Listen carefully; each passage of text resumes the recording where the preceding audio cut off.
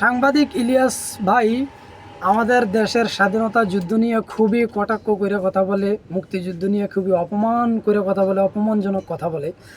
এগুলা বাংলাদেশের নাগরিক হিসেবে আমারও খুব খারাপ লাগে, কিন্তু কিছু করার না ভাই, সত্য সত্যই। আমি ওনার সাথে একমত, এবং যারা যারা ইতিহাস জানে তারাও কিন্তু সাংবাদিক ইলিয়াস হোসেনের সাথে একমত হবে। আর যাদের আছে শুধু চেতনা, তাদের চেতনা ছাড়া আর কিছুই নেই। ধরেন এই দেশের যে যুদ্ধটা হইল ভাই, আমার মুরত ছিল না আমি নিজে নিজে আমার দেশকে স্বাধীন করার। আমার মুরত ছিল, কিন্তু ওই মুরত হিসাব করলে আমার 5 বছর লাগবে মিনিমাম এই দেশ স্বাধীন করতে, কিন্তু আমার ধৈর্য নাই। আমি কি করলাম, ইন্ডিয়ার পায়ে ধরলাম, ইন্দিরা গান্ধীর পায়ে ধইরা তারপরে কি করলাম, গোলামি চুক্তি করলাম, গোলামি চুক্তি কইরা তারপরে এই দেশ স্বাধীন করলাম। সুতরাং এখানে আমার নিজস্বতা কিছু নাই, এখানে ক্রেডিট ইন্ডিয়াকে দিতে হচ্ছে। সুতরাং এই নিয়ে গর্ব করার মতো কিছু নেই। তারপরে আসেন, এই দেশ যে স্বাধীন করলো, স্বাধীনতার যে দলিল তারা যে লেখা দিয়ে গেলো, আত্মসমর্পণ করলো, সেই দলিল কার কাছে? সেই দলিলও আমার কাছে নাই। সেই দলিল কার কাছে? ইন্ডিয়ার কাছে। কিভাবে আপনি গর্ববোধ করবেন এই মুক্তিযুদ্ধ নিয়ে? তারপরে ধরেন আমাদের বাঙালি কোনো প্রতিনিধি ছিল না, কাদের হাতে দেশটা তুলে দিয়ে গেল? ইন্ডিয়ান সেনাবাহিনীর হাতে দেশটা তুলে দিয়ে গেল। কী নিয়ে আপনি গর্ব করবেন?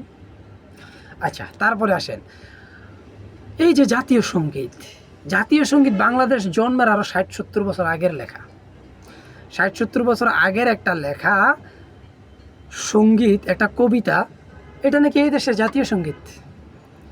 আরে ভাই, আমার মরদ নাই? আমার দেশের নেতাদের যারা স্বাধীনতা যুদ্ধ নিয়ে এত চেতনা দেখায়, তাদের কি একটা মরদ ছিল না? তাদের কি এতটুকু মরদ ছিল না যে আমার দেশকে নিয়ে ওন করবে, আমার দেশকে প্রেজেন্ট করবে, আমার দেশের প্রাকৃতি, আমার দেশের মুক্তিযুদ্ধ, আমার দেশের সংস্কৃতিকে প্রেজেন্ট করবে? এরকম একটা সঙ্গীত লেখার মরদ কি এই দেশের কোনো মানুষের ছিল না? কি করলো তারা? রেডিমেড একটা কবিতা রবীন্দ্রনাথের কাছ থেকে ধার করে আইনা আমাদের জাতীয় সঙ্গীত বানাই দিল। এত অপদার্থ জাতি আমরা সেটাকে নিয়ে আবার গর্বও করি। বাংলাদেশের প্রথম সংবিধান ইন্ডিয়া লিখে দিছিল। সেই সংবিধানের অনুকরণে আরও কিছু আপনার যুক্তিতর্ক মিলা, তারপরে এগুলাকে আরও বর্ধিত করে, আরও কিছু সংস্করণ করে তারপর আরেকটা সংবিধান লেখা হয়। প্রথম সংবিধান কে লিখে দিছিল? ইন্ডিয়া লিখে দিছিল। এই তথ্য কই পাইবেন?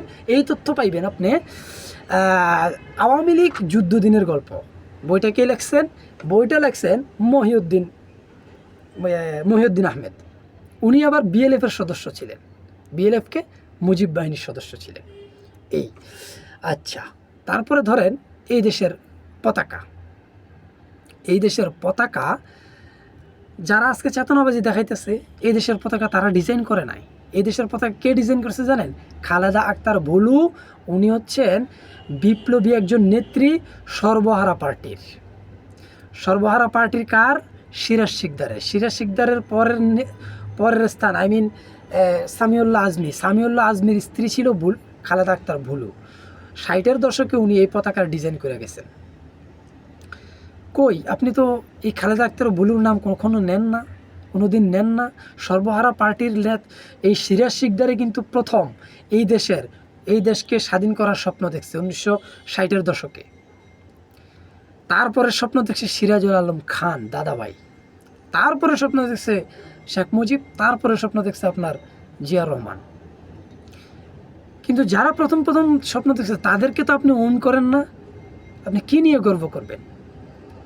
এই দেশের সংবিধান লেখা দেয় আরেকজনে, এই দেশের স্বাধীনতার দলিল নাই আমার কাছে, এই দেশের জাতীয় সঙ্গীত লেখা দেয় আরেকজনে, এই দেশের মনে করলেন যেই পতাকাটা লেখা, ওই পতাকাটা যে ডিজাইন করা, ওই ডিজাইনারের নাম কেউ জানে না।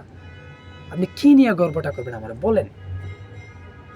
ইতিহাস খুঁজে দেখেন, খালেদা আক্তার ভুলুর এই যে লেখাটা, এই যে তথ্যটা আপনি কই পাবেন? লাল সন্ত্রাস, এটাও মহিউদ্দিন আহমেদের লেখা বই, ওইখানে পাবেন।